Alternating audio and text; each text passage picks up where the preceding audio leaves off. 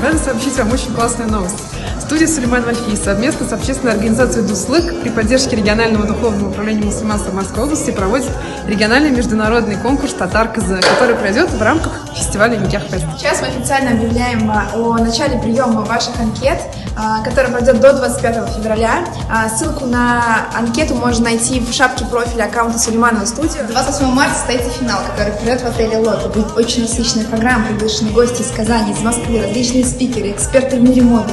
Будет работать выставка-продажа, фотозона, фотобудка и многое другое. Ждем каждого из вас 28 марта, отель «Лотто» на главном событии 2020 года, ведь именно это является новым форматом для общения и знакомств татарской молодежи.